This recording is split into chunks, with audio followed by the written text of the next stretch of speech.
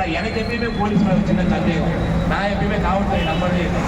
நான் சொன்னேன், தயவு செஞ்சு போலீஸ் ஸ்டேஷன் போகாதீங்க, அதிகாரி தலைவனாக இருக்கலாம், ஆனால் கருப்பாடுகள் நிறைய இருக்கக்கூடிய காவல்துறையை தயவு செய்து நம்பினார்கள். முதல்ல உங்களுடைய காயங்களுக்கு சிகிச்சை எடுத்துக்கொள்வதற்கு மருத்துவமனைக்கு போங்க, மருத்துவமனையில் சிகிச்சை பெற்ற பிறகு காவல்துறையின் நடவடிக்கை, சட்ட நடவடிக்கை, புகார் வழக்கெல்லாம் பின்னாடி பார்க்கலாம்.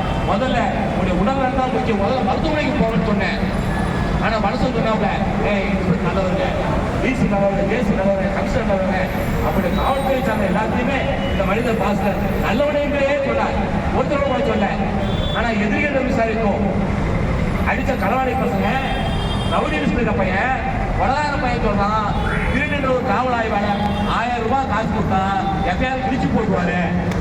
நான் சொல்லுங்க, நான் சொல்ல, சத்தியமா நான் சொல்ல, பாஸ்கர் சொல்ல, சமுதாய சொல்ல, குற்றவாளிகள் தரப்பினருக்கு சொல்ல செய்தி. திருநென்ற ஒரு காவல் ஆய்வாளர் 1000 ரூபாய் காசு கொடுத்தா எஃப்ஐஆர் போடுவாரு, 1000 ரூபாய் காசு கொடுத்தா எஃப்ஐஆர் பிரிச்சு போட்டுவாரு. அப்படியே குற்றவாளிகள் சொல்லக்கூடிய அளவுக்கு காவல்துறை மீது குற்றவாளிகளுக்கு நம்பிக்கை இருக்கின்றது. ஆனால் காவல்துறை நேர்மையாளர்கள் நல்லவர்கள் என்று பாஸ்கர் போன்ற ஒரு சிலர் நம்பிக்கிட்டார்கள். இரண்டையும் பார்க்கக்கூடிய சூழலில் நாங்கள் இருக்கின்றோம். ஆனால் நாங்கள் காவல்துறையை உயர்வாக நம்புகின்றோம். குழந்தை குட்டியெல்லாம் விட்டுட்டு, பிள்ளை குட்டியெல்லாம் விட்டுட்டு புயல் வெள்ளத்துக்கு பாதுகாப்பு கொடுப்பவர்கள் எங்களுடைய காவல்துறை சார்ந்தவர்கள் 24 மணி நேரமும் எங்களுக்காக சேவை செய்யக்கூடியவர்கள், உயிரை பணி வைத்து சேவை செய்யக்கூடியவர்கள் எங்களுடைய காவல்துறை சார்ந்தவர்கள். இங்கே தமிழகத்திலே பல்வேறு மாவட்டங்களிலிருந்து நாங்கள் வந்திருக்கின்றோம். திருப்பூர் மாவட்டத்தில் தேசிய வீரமணி வந்திருக்கின்றார். ராணிப்பேட்டை மாவட்டத்திலிருந்து தம்பி கவர்னர் மாளிகை ஆய்வு செய்த ரோமர் சார் வந்திருக்கின்றார். பல்வேறு மாவட்டங்களுக்கு சமுதாயம் இங்கே வந்திருக்கின்றோம். நாங்கள்லாம் நாமக்கல் மாவட்டம் நான் வந்திருக்கேன், கொல்லிமலை வந்து விமானி வந்திருக்காரு. நாங்களாம் எங்க வீட்டை விட்டு பொண்டாட்டி பெட்டி விட்டு வந்திருக்குது. எங்க வீட்டில் இருக்கிற கதவை நம்பி கிடையாது, கூட்ட நம்பி கிடையாது, கேட்ட நம்பி கிடையாது, எங்க வீட்டில் இருக்க நாய் நம்பி கிடையாது.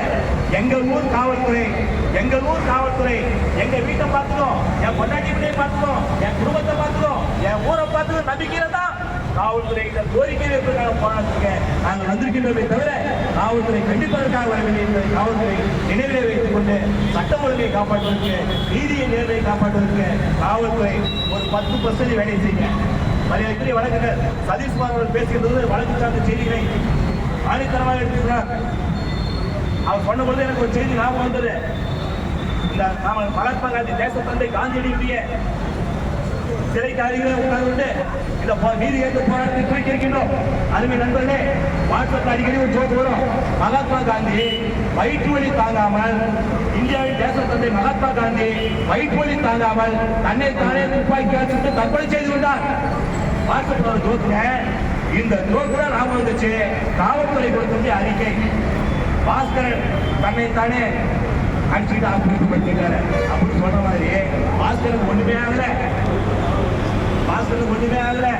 அவர் காயமே கிடையாது, அவர் அடிக்கவே இல்லை, அவர் திருநெல்வேலி நகராட்சி ஆணையரை சந்திக்க போகவே இல்லை, நகராட்சி அலுவலகத்துக்கு போகவே இல்லை, அவர் யாருமே பார்க்கல. அவரு தானா வழி கொண்டு மருத்துவமனைக்கு போயிட்டாரு சொல்லக்கூடிய அளவுக்கு காவல்துறை விசாரணை அறிக்கை காமெடியாக, ஜோக்காக, தமாசாக இருக்கின்றது.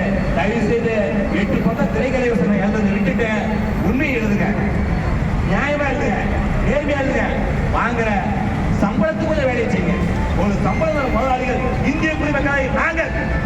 இந்தியாவில் சட்டத்தின் ஆட்சி நடக்கின்றது, இந்தியாவில் அரசியலமைப்பு சட்டம் விரிவடை இருக்கின்றது.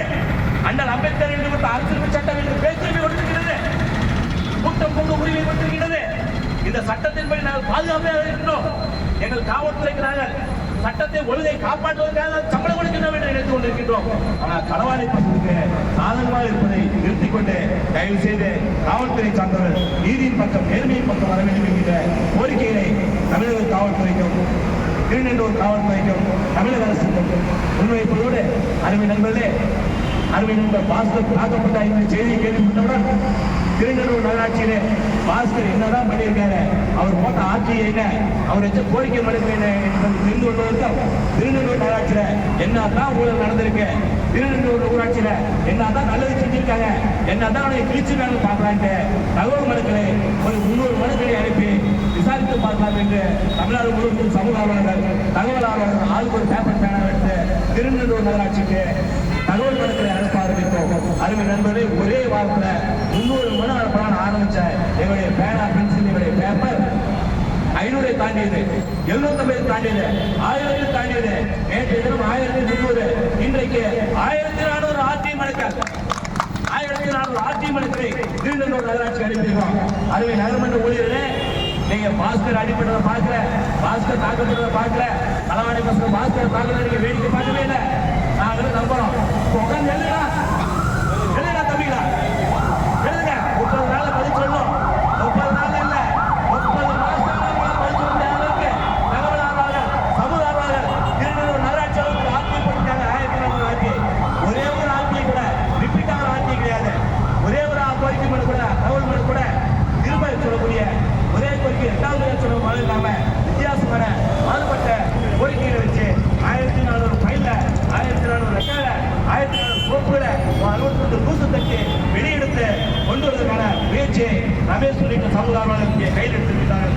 அருமை நண்பர்களே, எங்களுக்கு தெரியும் ஓராண்டு காலம் உங்களுக்கான வேலை பணியை நாங்கள் வைத்திருக்கின்றோம் என்று.